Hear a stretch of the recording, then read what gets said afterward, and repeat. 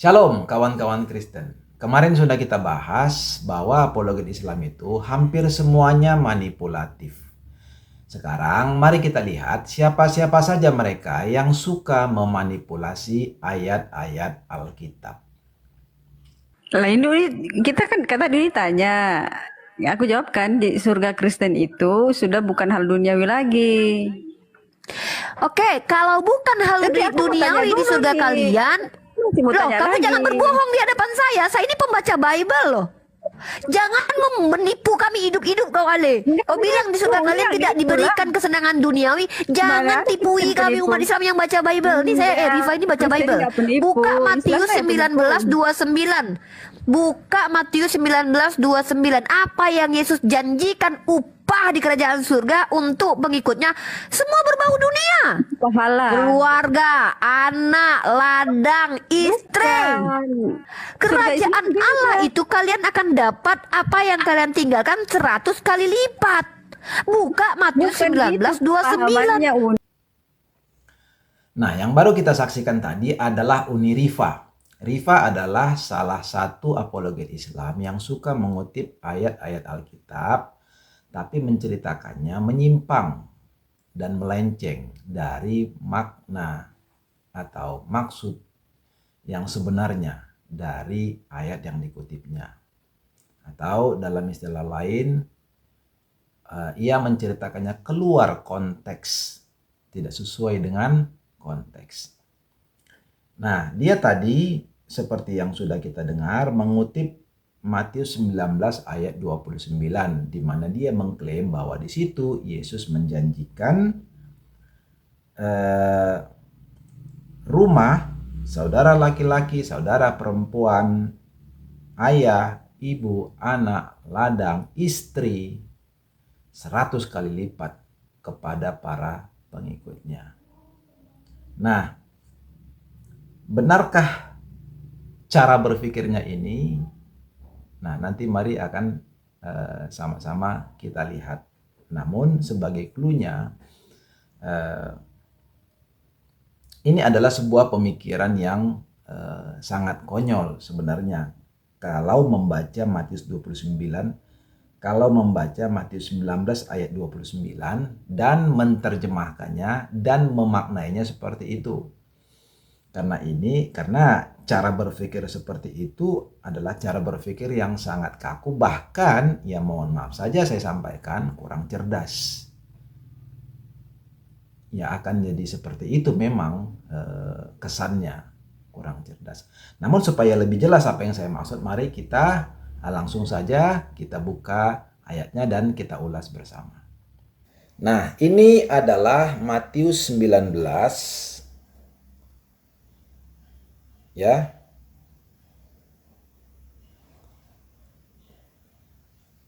Dan bagian yang diperbincangkan perikopnya upah mengikut Yesus ya, upah mengikut Yesus. Nah, ayat yang tadi dia kutip adalah ini. Namun sebelumnya kita baca saja satu perikop ini karena ayatnya tidak banyak. Ya. Matius 19 ayat 27. Lalu Petrus menjawab dan berkata kepada Yesus, "Kami ini telah meninggalkan segala sesuatu dan mengikut Engkau. Jadi apakah yang akan kami peroleh?" Jadi ini dasarnya ya. Sehingga Yesus menjanjikan upah kepada Petrus. Jadi Petrus dan para murid-murid sudah meninggalkan segala sesuatu untuk mengikut Yesus. Jadi mereka bertanya upah apa yang akan mereka peroleh. Ayat 28 kata Yesus kepada mereka, "Aku berkata kepadamu, sesungguhnya pada waktu penciptaan kembali." Nah, teman-teman Kristen, perhatikan kalimat ini karena ini penting sekali. Ya. Supaya sambil membahas ini kita memperhatikan hal yang penting di luar dari yang diperdebatkan oleh Rifa dan temannya yang satu lagi tadi.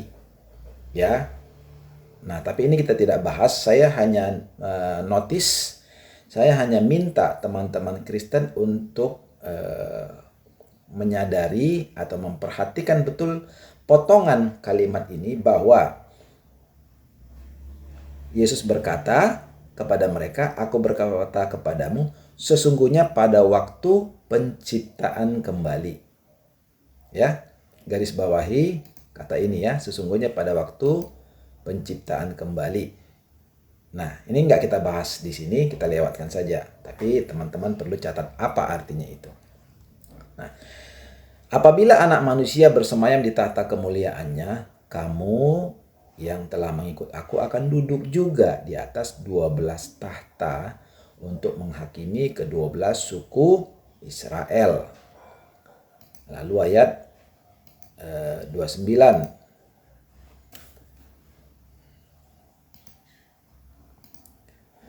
Dan setiap orang yang karena namaku meninggalkan rumahnya, saudaranya laki-laki atau saudaranya perempuan, bapak atau ibunya, anak-anak atau ladangnya, akan menerima kembali 100 kali lipat dan akan memperoleh hidup yang kekal. Jadi ada dua janji di sini ya dari Tuhan Yesus. Yang pertama menerima apa yang dijanjikan 100 kali lipat, dan yang kedua menerima hidup yang kekal. Nah, mari kita lihat apa saja yang menjadi permasalahan dari penyampaian Uniriva ini, di mana apa yang disampaikannya itu tidak logis, menjadi rancu, terdengar konyol, bahkan lebih jauh lagi kesannya menjadi kurang cerdas. Artinya orang yang berpikiran sehat dan normal rasanya tak mungkin berpikir seperti itu. Nah, mari kita bahas bersama ya. Kita santai saja. Nah, jadi dari ayat 29 ini, apakah teman-teman ada mendapat kejanggalan-kejanggalan atau kerancuan-kerancuan dari tafsir Riva ini? Ada dapat? Oke, saya bantu ya. Yang pertama,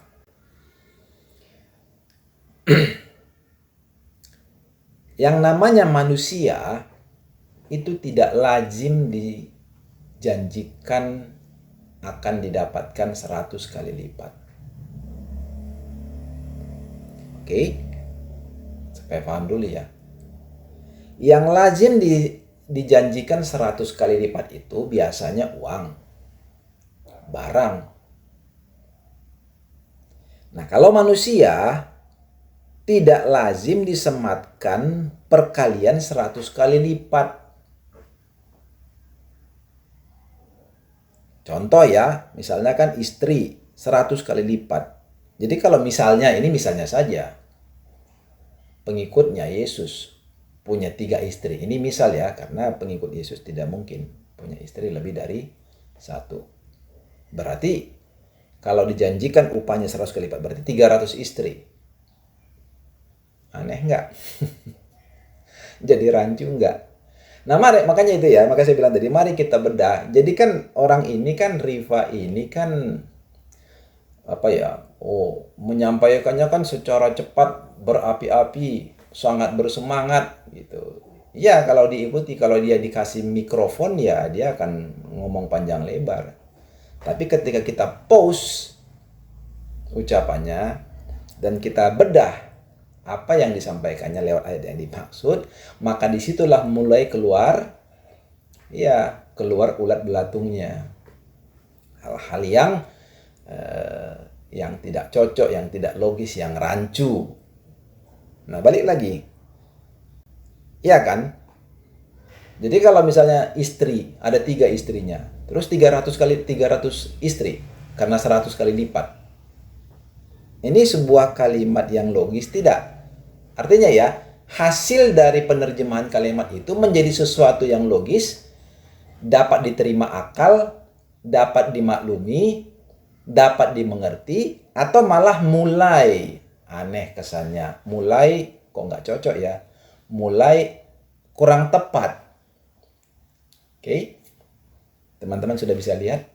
Itu satu. Ya, mengenai istri. Karena ini tembakannya ini ke istri.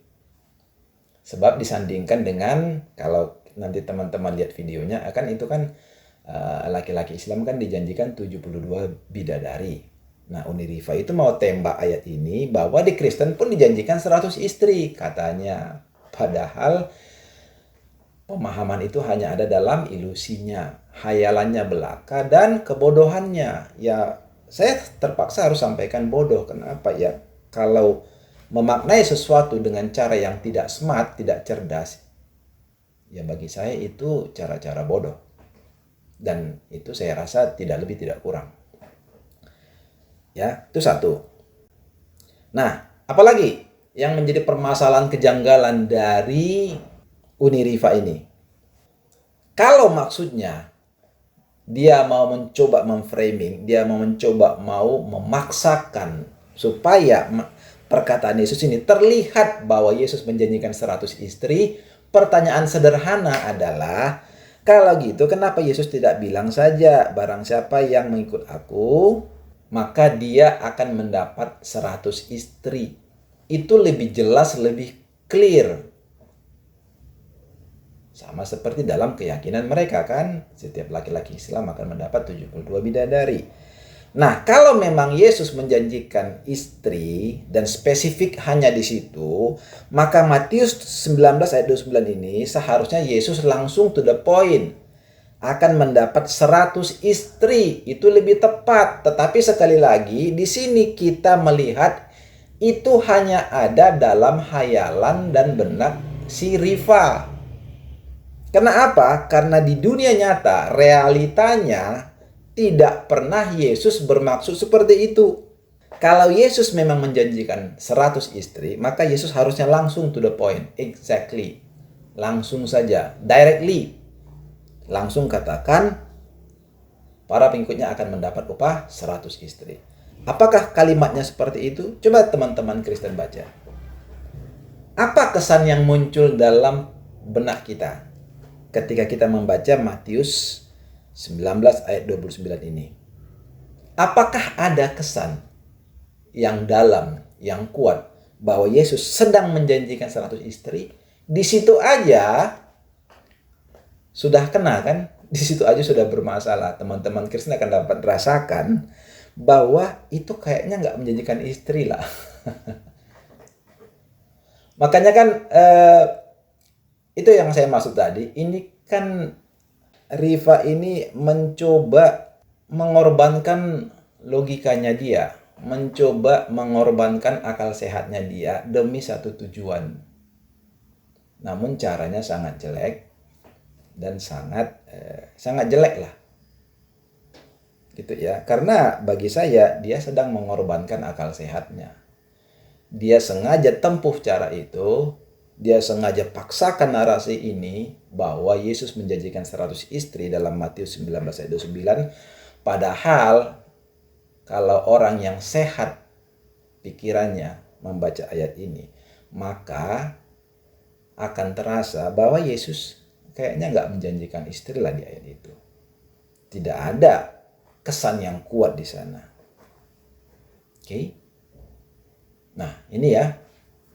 Mengapa saya katakan apologet Islam itu hampir semuanya manipulatif, karena mereka tidak membaca ayat itu dengan benar dan jujur, tetapi membacanya dengan kepentingan bahkan ambisi untuk menunjukkan bahwa Kristen itu salah, bahwa di Alkitab, bahwa apa yang dipercaya, yang difahami orang Kristen di Alkitab tidak sesuai dengan jalan berpikir orang Kristen. Padahal dia yang sedang berhalusinasi.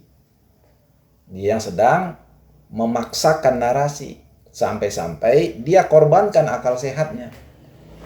Dia korbankan intelektualitasnya. Ya, dia korbankan kecerdasannya. Ya, karena setiap orang yang jujur, ya nggak usah orang Kristen lah, siapa saja, setiap orang yang membaca ayat ini secara jujur ya, maka akan melihat bahwa Yesus tidak menjanjikan istri di sana. Tidak secara kuat. Nah, kemudian lagi terkait dengan itu juga, kalau Yesus hanya memang atau spesifik menjanjikan istri, memang tujuannya ke sana, kenapa dalam ayat itu ada pihak-pihak lain yang juga ikut dijanjikan? Ya, kalau ladang, oke, kita nggak usah sebut. Ya, kita anggap. Ya, ladang nggak disebut, atau rumah ya. Tapi di situ ada saudara laki-laki atau saudara perempuan. Ada bapak atau ada ibu. Juga ada anak-anak. Pakai logika kita. Pakai nalar kita. Ketika seseorang mendapatkan upahnya, lalu dijanjikan 100 saudara laki-laki, 100 saudara perempuan, 100 ayah dan ibu. Pertanyaan, ini untuk apa? 100 ayah, 100 ibu, 100 saudara laki-laki, 100 saudara perempuan, 100 anak. Coba keluarkan atau terangkan dengan cara yang terbaik. Teman-teman Kristen bisa dapat nggak? Ini gunanya untuk apa? Ini manfaatnya untuk apa? Dapat nggak? Bisa nggak menerangkan dengan cepat dan dengan kalimat yang sederhana sehingga orang langsung, oh iya betul, tujuannya untuk itu. Maka saya bilang, si Rifa ini itulah ya, aneh. Cuman kan karena memang dalam perdebatan itu sepertinya semua orang adu cepat, sehingga hal-hal yang seharusnya direnungkan seperti ini itu jadi miss, jadi terlewatkan. Padahal untuk membongkar, untuk melihat kerancuan, ketidaklogisan, bahkan kekonyolan dalam narasi yang mereka bawa untuk diperdebatkan, itu mudah saja. Bedah saja ayatnya secara pelan-pelan seperti ini. Kan jadi aneh. Nah, kalau 100 istri oke lah. Itu pun laki-laki. Kan pengikut Yesus juga ada perempuan. Terus perempuan dapat apa? 100 suami. Aneh nggak? Jadi rancu nggak? Jadi nilai kebenaran dalam kalimat itu jadi dapat atau malah jadi blur? Malah jadi membingungkan, malah jadi, loh kok gini? Malah jadi tidak cocok, malah jadi susah diterima akal. Malah jadi kabur, malah jadi rancu. Bagaimana teman-teman Kristen? Dapat nggak? Ya kan? Nah, kalau dia misalnya ngotot, ya itu tujuannya ke istri. Kenapa di situ ada pihak-pihak lain? Ada orang tua, ada anak-anak, ada saudara laki-laki, saudara perempuan. Terus dapat itu juga, dapat 100 orang tua, dapat 100 ayah, 100 ibu. Tujuannya untuk apa? Sebetulnya jadi sangat bodoh kedengarannya. Ya memang sangat bodoh lah. Nah, itulah kalau memaksakan sebuah narasi, Alkitab itu gak bisa dicomot lalu dipelesetkan dengan maknanya menyimpang keluar. Karena apa? Karena akan bentur. Karena Alkitab berisi kebenaran-kebenaran dari Tuhan. Jadi baik melalui ayat yang sama ataupun nanti lewat ayat yang lain, kalau mencoba dicomot dan dipelintir keluar dari maksud yang sebenarnya, maka akan bermasalah. Iya, akan bermasalah. Ya contohnya kayak begini, nggak usah dulu pakai ayat lain. Pakai ayat ini saja udah bermasalah. Nah, maka saya bilang tadi, orang ini, si Rifa ini mengorbankan kecerdasannya. Nah, saya hanya bertanya-tanya ya, kalau dia memakai cara berpikir yang sama, lalu dia kuliah, ambil mata kuliah bahasa Indonesia atau hukum, lalu dia terapkan cara berpikir yang sama, gaya berpikir yang sama, apa yang terjadi? Kemungkinan nggak lama orang akan berkata kepada dia, agak lain orang ini. Dan mungkin dianggap kurang cerdas lah, atau kurang kurang akal atau apalah untuk bisa mengikuti mata kuliah tersebut untuk dilanjutkan. Ya mungkin akan dikeluarkan. Kenapa? Ya gaya berpikirnya kan aneh. Masa memaknai Matius 19 ayat 9 dengan cara seperti itu? Ya kan? Nah, sudah dapat teman-teman Kristen? Masalah dari cara berpikir si Rifa ini? Udah lihat ya? Kalau menjanjikan istri, kenapa ada di situ ayah, ibu, saudara laki-laki, saudara perempuan, anak-anak juga dijanjikan 100 kali lipat juga? Ya harus sama lah. Mana mungkin istri aja? Kan Yesus sebut semuanya.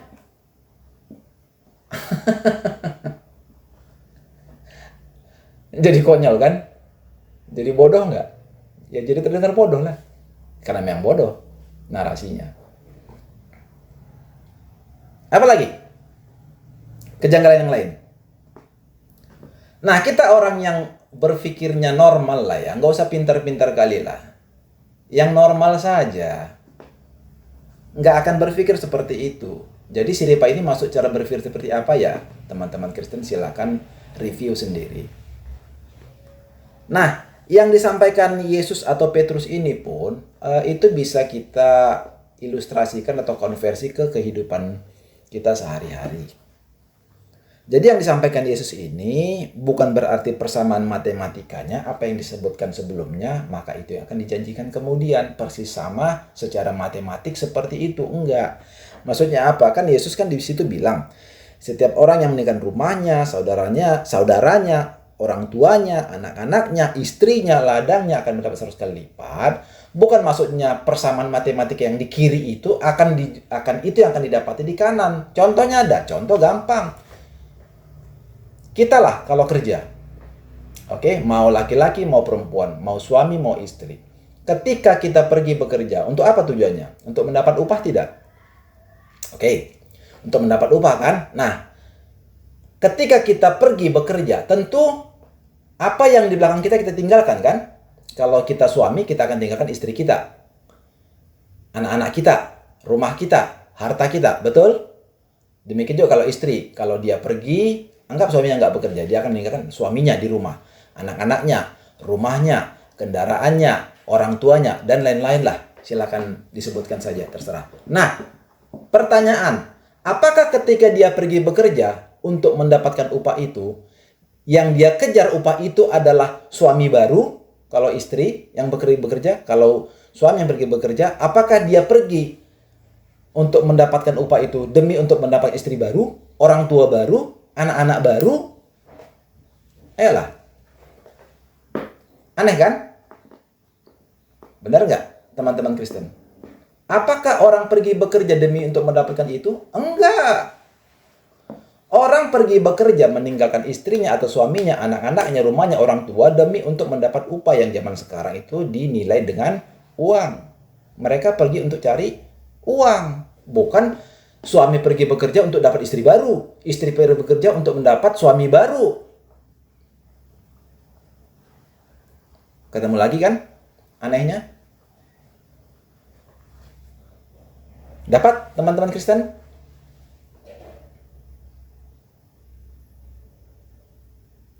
Dapat ya?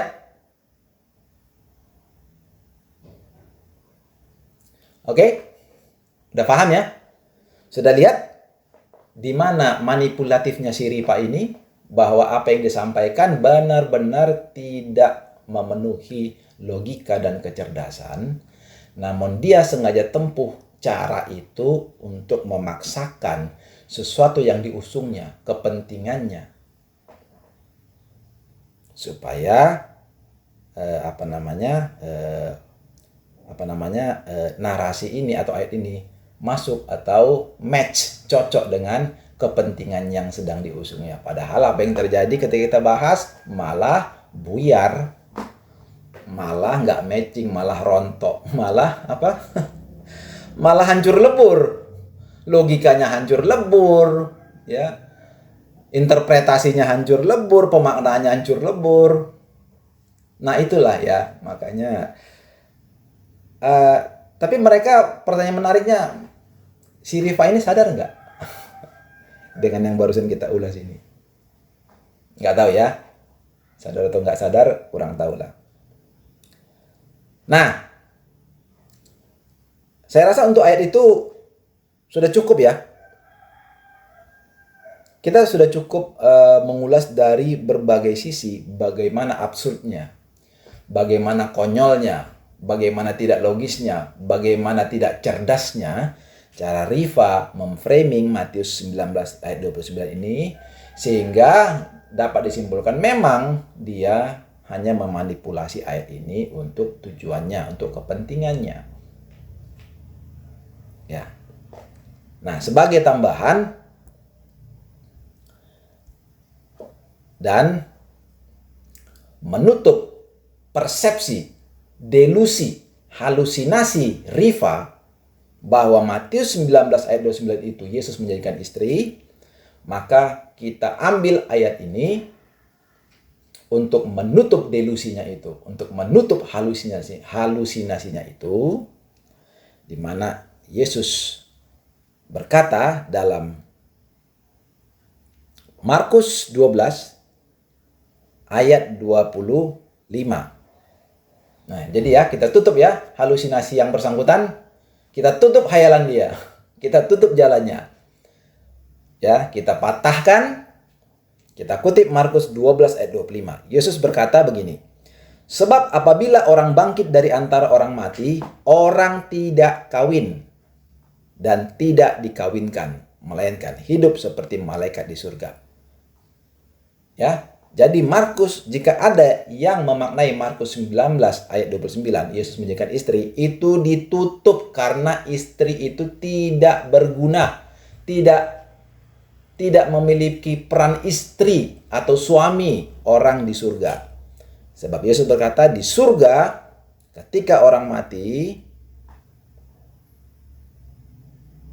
orang tidak kawin, orang tidak dikawinkan. Tidak ada kegiatan seks di surga. Tidak ada persetubuhan di surga. Oke? Jadi segala macam narasi atau framing bahwa Yesus menjadikan istri langsung saja ya. Punya istri untuk apa? Hanya berkasih-kasih saja? Enggak lah. Ya normal saja lah. Karena di video itu juga Rifa berkata, segala bentuk kenikmatan dalam mindset manusia di dunia itu yang dijadikan di surga Islam. Itu kata Rifa. Nah, tentunya kan kalau punya istri atau punya suami untuk apa? Kan untuk kenikmatan. Kenikmatan apa? Apa kenikmatan memiliki suami atau istri? Seks. Persetubuhan. Tapi Yesus sudah bantah, langsung patahkan, sehingga tidak ada satu sedikit pun celah kesempatan buat Rifa untuk memaknai Matius 19 ayat 29 itu bahwa Yesus menjanjikan 100 istri. Oke? Ya.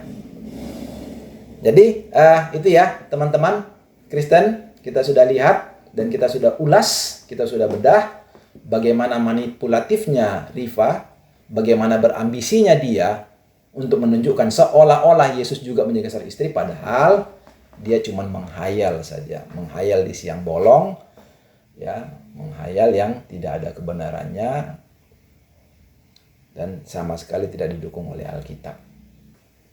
Oke, jadi itu dulu ya teman-teman Kristen, sudah kita ulas penyampaian Rifa ini dan kita sudah lihat bersama-sama bahwa tidak ada kebenaran dari penyampaiannya. Dia hanya memanipulasi Matius 19 ayat 9, padahal maknanya jauh sekali dari itu dan tidak ada hubungannya malah. Dan bukan seperti itu cara melihatnya.